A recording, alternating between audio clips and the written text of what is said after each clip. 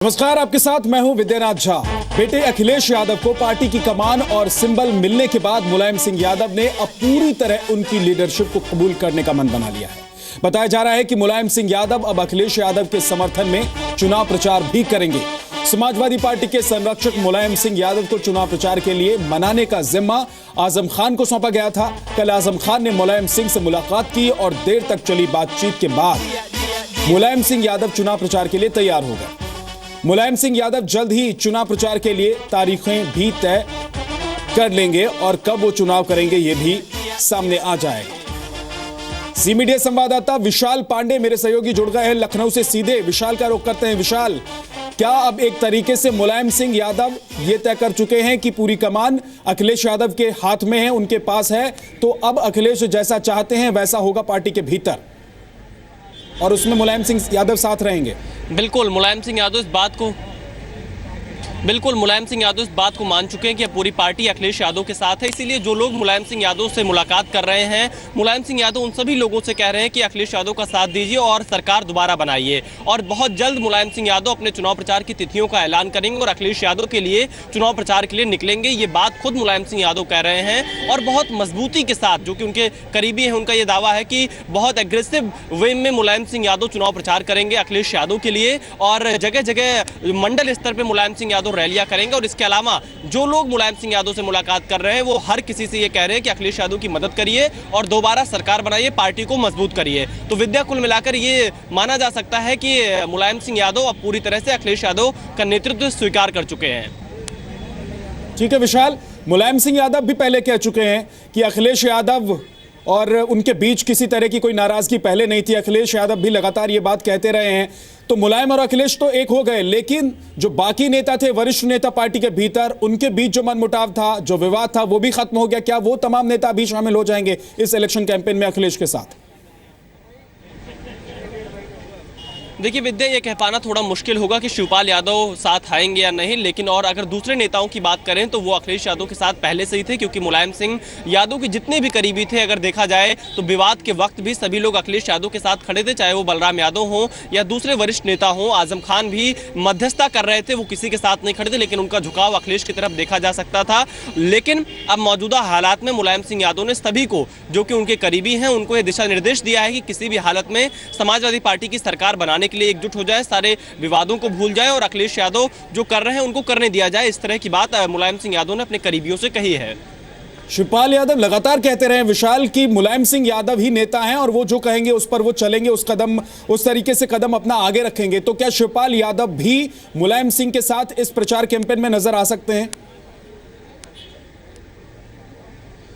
देखिए विद्या, ये कह पाना अभी बहुत मुश्किल होगा, क्योंकि अगर इस पूरे लड़ाई का पटाक्षेप देखा जाए तो उसमें सबसे ज्यादा नुकसान अगर किसी को हुआ है तो वो शिवपाल यादव को हुआ है। तो ऐसी स्थिति में शिवपाल यादव के लिए चुनाव प्रचार करेंगे या नहीं करेंगे अखिलेश के लिए, ये कह पाना बेहद मुश्किल होगा, क्योंकि माना यह जा रहा है कि पिछले कई दिनों से, जब से अखिलेश यादव को चुनाव आयोग ने समाजवादी पार्टी का राष्ट्रीय अध्यक्ष माना है, साइकिल अखिलेश यादव को दी है, उसके बाद से शिवपाल यादव बहुत ज्यादा पब्लिक के सामने नहीं आ रहे हैं, पार्टी कार्यकर्ताओं से ज्यादा मुलाकात नहीं कर रहे हैं। तो इसलिए ये कहना अभी इस वक्त बेहद मुश्किल होगा कि शिवपाल यादव अखिलेश के साथ खड़े होंगे या नहीं। पर मुलायम सिंह यादव साफ तौर पे अपना स्टैंड जाहिर कर चुके हैं अपने करीबियों के सामने और तमाम जो लोग उनसे मुलाकात करते हैं वो उनसे कह रहे हैं कि किसी भी हालत में अखिलेश यादव की सरकार दोबारा बनवाइए।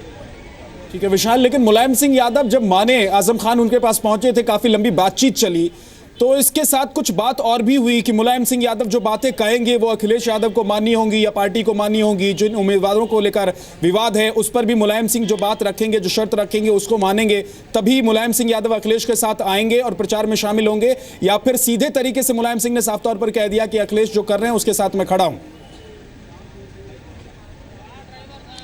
देखिए विद्या, दो चीज़ें हैं इसमें कि मुलायम सिंह यादव ने जिस दिन अखिलेश यादव राष्ट्रीय अध्यक्ष बने थे, यानी कि चुनाव आयोग ने उनको स्वीकृति दी थी, उसके बाद अखिलेश यादव ने मुलायम सिंह से मुलाकात की थी और मुलायम सिंह से आशीर्वाद लिया था। उसके अगले दिन ही मुलायम सिंह यादव ने 39 नामों की एक सूची अखिलेश यादव को सौंपी कि इन लोगों को टिकट दिया जाए, लेकिन उसमें से कई नामों पर अखिलेश यादव को ऐतराज है। तो हो सकता है कि अखिलेश यादव कुछ नामों को हटा सकते हैं और इस पर मुलायम सिंह यादव कोई आपत्ति भी दर्ज न करें, क्योंकि अब वक्त बहुत कम बचा है समाजवादी पार्टी के सामने। सामने। और मुलायम सिंह यादव इस बात को भी बखूबी समझ रहे हैं कि ऐसी स्थिति में अगर कुछ भी विरोध किया गया या कुछ भी विरोध के सुर उठाए गए तो उसका नुकसान समाजवादी पार्टी को हो सकता है। तो इसलिए अब अखिलेश यादव जो करेंगे वो मुलायम सिंह यादव मानने के लिए तैयार हैं और पार्टी के नेताओं को यही बार बार राय मशविरा दे रहे हैं कि अखिलेश यादव जो कर रहे हैं उनके साथ खड़े होइए और पार्टी को मजबूत करिए।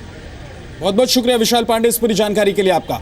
5 राज्यों में चुनाव की तारीखों के ऐलान के साथ ही हर पार्टी के नेता अपनी ताकत दिखाने के लिए ताल ठोक रहे हैं, लेकिन जिन्हें टिकट नहीं मिला है वो कल तक तो साथी थे, आज बागी हो रहे हैं और दूसरी पार्टी से चुनाव लड़ने का भी दम भर रहे हैं।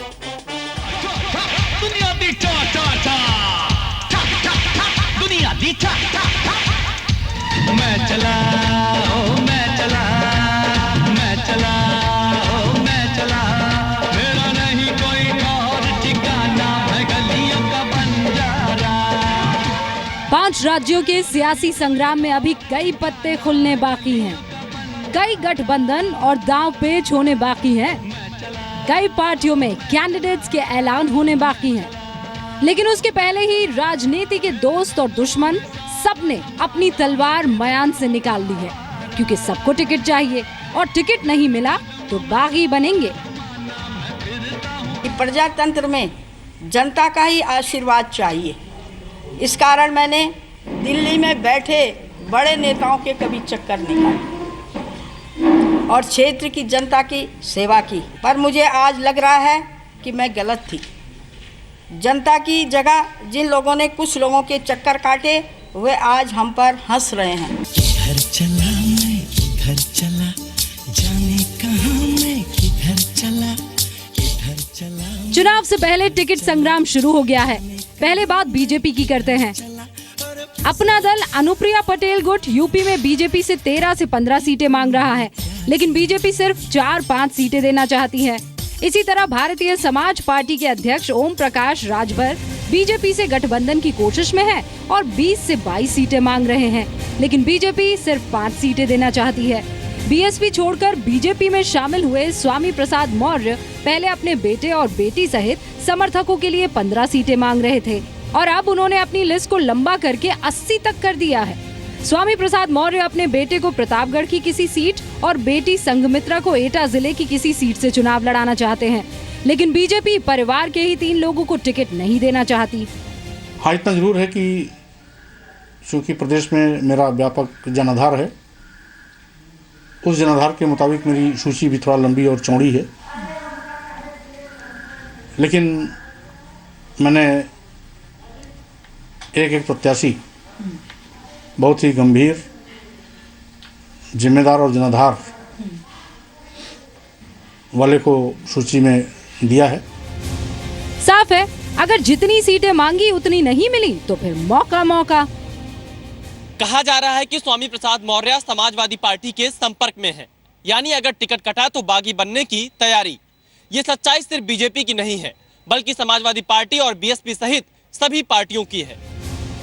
चुनाव से पहले बागी कैसे बड़ी चुनौती बन रहे हैं, इसकी एक तस्वीर और देखिए। रीता बहुगुणा जोशी कांग्रेस छोड़कर बीजेपी में आई तो अब अपने बेटे मयंक जोशी और खुद के लिए टिकट मांग रही हैं। बीएसपी से बीजेपी में आए ब्रजेश पाठक भी अपने लिए और अपनी पत्नी के लिए टिकट मांग रहे हैं, तो बीएसपी से बीजेपी में आए जुगल किशोर भी अपने बेटे और अपने समर्थकों के लिए टिकट मांग रहे हैं। भारतीय जनता पार्टी खरी उतरती है और जब उम्मीद में खरी उतरती है तो कार्यकर्ताओं की अपेक्षा भी है कि उनको भी अवसर मिले। बहुत सारे कार्यकर्ताओं की अपेक्षा है, बहुत सारे नेताओं को अपेक्षा है, उनके परिजनों को अपेक्षा है। जाहिर बात है, सबको समाहित करते हुए और सबको साथ लेते चलते हुए जो हमारा ध्येय वाक्य है कि सबका साथ और सबका विकास, सबके विकास की नीति पर चलते हुए हम उत्तर प्रदेश में पूर्ण बहुमत की सरकार बनाएंगे। कई नेता तो 2-3 पार्टियों के चक्कर लगाने के बाद चौथी पार्टी में सेट हो जा रहे हैं, यानी जहां मिले मौका वहां लगाओ चौका। पूर्व समाजवादी नेता गुड्डू पंडित समाजवादी पार्टी छोड़कर बीजेपी में शामिल हुए। बीजेपी से टिकट नहीं मिला तो फिर अखिलेश यादव से टिकट मांगा। अखिलेश ने मना किया तो गुड्डू पंडित अपने भाई के साथ आरएलडी में शामिल हो गए। राष्ट्रीय लोक दल ने गुड्डू पंडित और उनके भाई को टिकट देने का भरोसा दिया है। कि जो बीजेपी के बड़े बड़े नेता हैं वो सब अपने परिवार के लोगों को टिकट दिलाना चाहते हैं। कल्याण सिंह ने दिला दिया, राजनाथ सिंह चाहते हैं, कलराज मिश्रा चाहते हैं। अब बीजेपी से हटकर जरा समाजवादी पार्टी की ओर बढ़िए। यहाँ तो पिता और पुत्र में ही टिकट को लेकर विवाद चल रहा है और महागठबंधन बनने से पहले ही टूट गया। महागठबंधन को लेकर राष्ट्रीय लोकदल ने 40 सीटों की एक लिस्ट कांग्रेस को सौंपी थी। बात नहीं बनी, घटाकर 35 कर दी, लेकिन अखिलेश यादव की तरफ से उन्हें अधिकतम 20 सीटों का ही ऑफर दिया जा रहा था, जिस पर राष्ट्रीय लोकदल तैयार नहीं। आरएलडी पश्चिमी उत्तर प्रदेश में जिन सीटों की मांग कर रही थी, उनमें से ज्यादातर सीटों पर कांग्रेस अपने उम्मीदवारों की सूची बना चुकी थी। अखिलेश यादव आरएलडी को 20-22 सीटों से ज्यादा देना नहीं चाहते थे। ऐसे में बात बननी मुश्किल थी, इसलिए बागी होना तय था। हालांकि अभी हर पार्टी यही कह रही है कि उनके यहाँ टिकट को लेकर कोई समस्या नहीं है, सब साथ है।